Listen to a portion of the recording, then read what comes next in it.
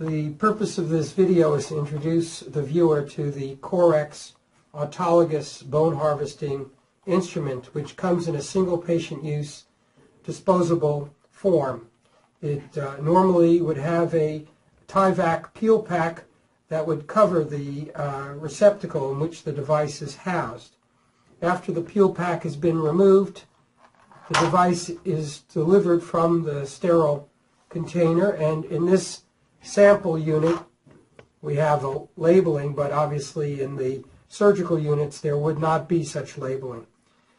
You can see on the proximal handle the designation for rotation of the upper handle relative to the lower handle, clockwise to close or secure, and counterclockwise to open for the introduction of the device for harvesting.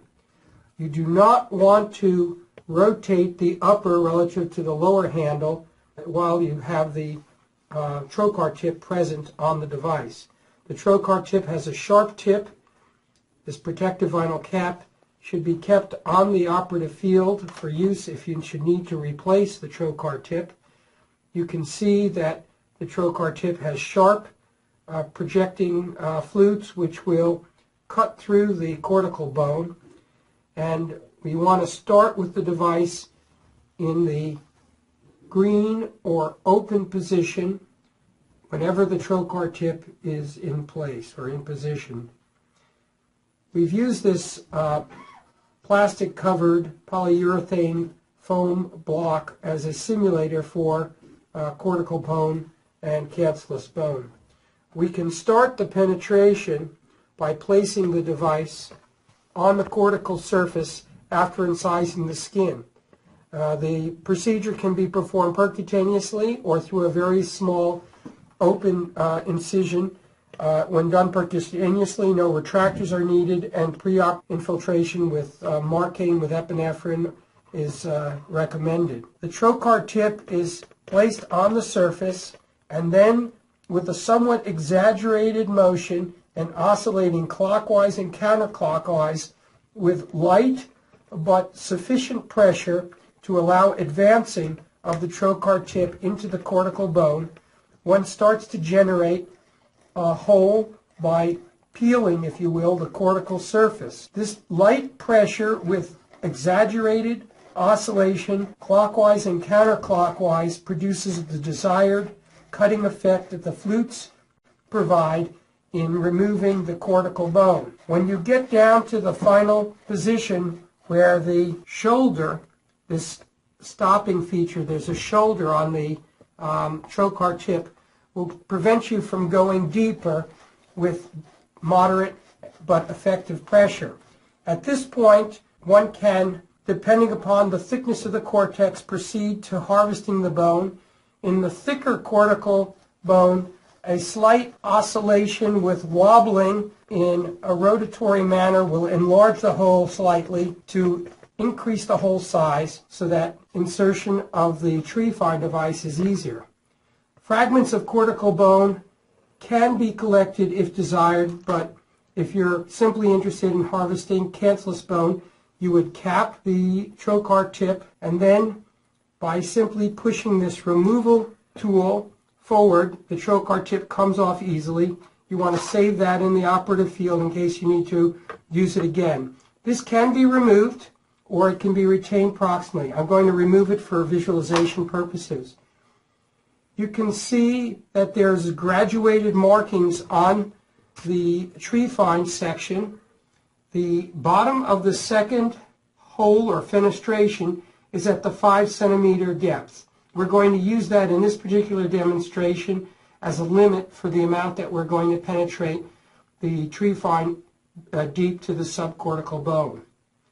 Similar to the use of the tree fine, oscillating back and forth allows the cancellated distal surface, which has these small teeth, to microfracture the cancellous bone.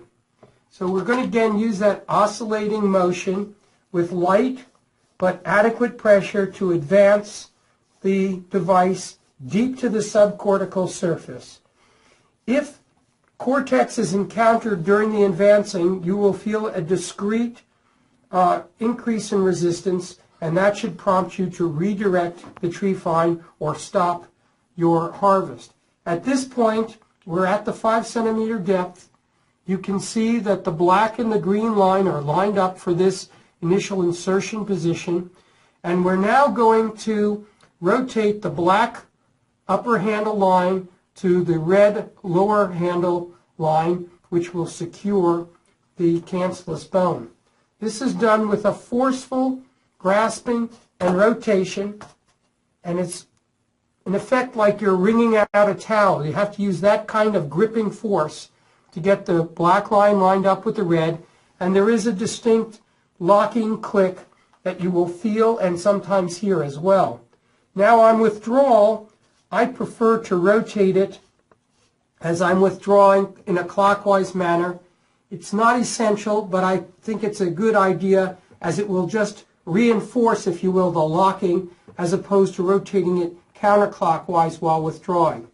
At this point, you have your cortical cancellous bone captured within the tree fine, and we need to free it from the locked position. We will then turn the upper handle from the red to the green line, lining up the black on the green.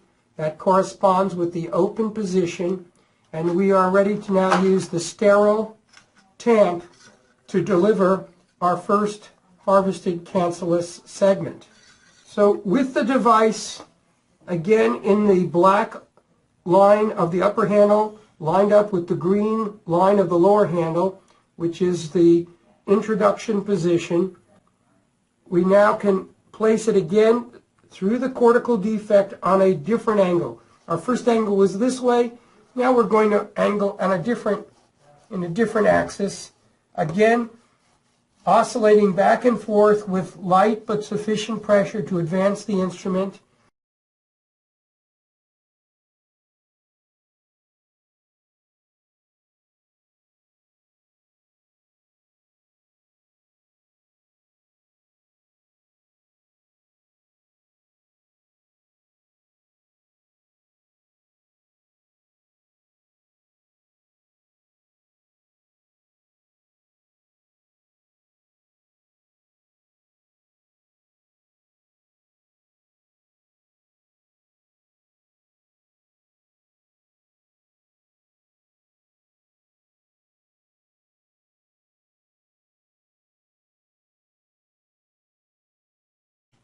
And in this manner, we can harvest through a small incision quite a bit of bone.